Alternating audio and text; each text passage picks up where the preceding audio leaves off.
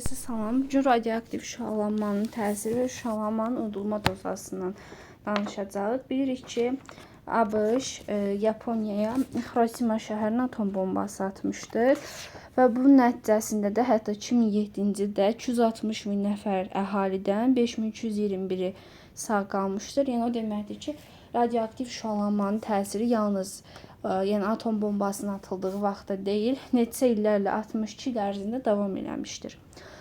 Radioaktiv şüalanmanın təsiri bütün canlı orqanizmlər üçün təhlükəlidir və bu da şüalanmanın növündən və onun intensivliyindən asılıdır. Şüalanma nəticəsində, radioaktiv şüalanma nəticəsində insanın deməli sinir sistemidir və yaxud da ki, əsəb sistemi, hüceyrələrin bölünmə prosesi, nəsil davam etdirməsi falan yəni pozula bilər və bu da ölümlə nəticələnən xəstəliklərə, ağ qan xəstəliyi, xərçəng xəstəliyi, şüalanma xəstəliyinə səbəb olur. İndi radioaktiv şüalanmanın tərkibi vardır. Tərkibində olan deməli şüalanmalara, zərərciklərə baxaq.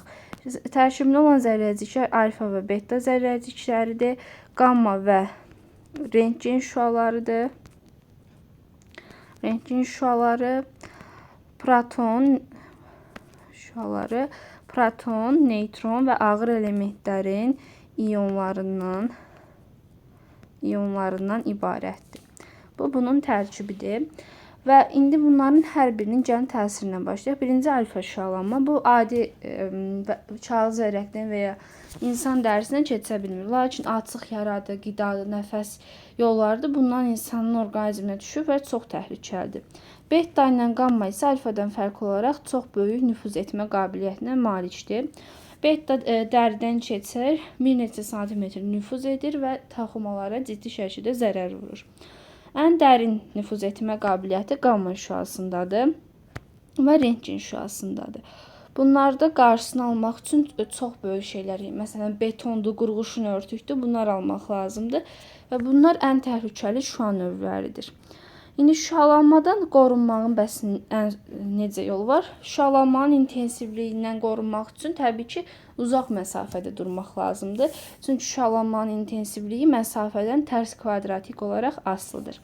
İndi şüalanmanı ölçən fiziki kəmiyyətə, yəni şüalanmanın udulma dozası adlanan bir kəmiyyət vardır ki, canlı orqanizmlərə təsirini ölçür və bu D hərfinə işarə olunur. Şüalanmanın udulma dozası şüalanmanın enerjisinin onun kütləsində olan nisbətinə bərabərdir. İndi gəlin bunun vahidini hesablayaq.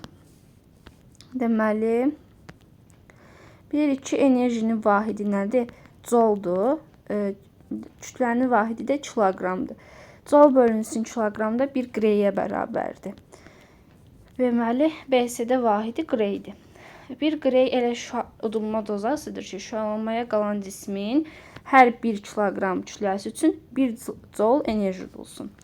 Və həmçinin şüalanmanın udulma dozasını ölçmək üçün rentgen adlanan vahiddən də istifadə olunur. Təxmini olaraq 0,1 qreyə bərabərdir. İndi günəş radiasiyası, kosmik şüalar, yer qabığıdır. Bunların hamısının radiasiyası şüalanmanın udulma dozasının təbii fonunu təşkil edir. Hər bir insan üçün normal şüalanma miqdarı 0,2 qreydir.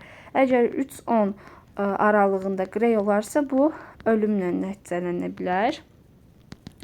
Bəs indi şüalanmanın udulmasını nə ilə ölçmək olar? Şüalanma haqqında nə ilə? Yəni şüalanmadır, orada olan zərrəciklərdir, qamma şüalarını qeyd etmək üçün nədən istifadə olunur? Bunun üçün sayğacdan istifadə olunur və bunun adı detektordur.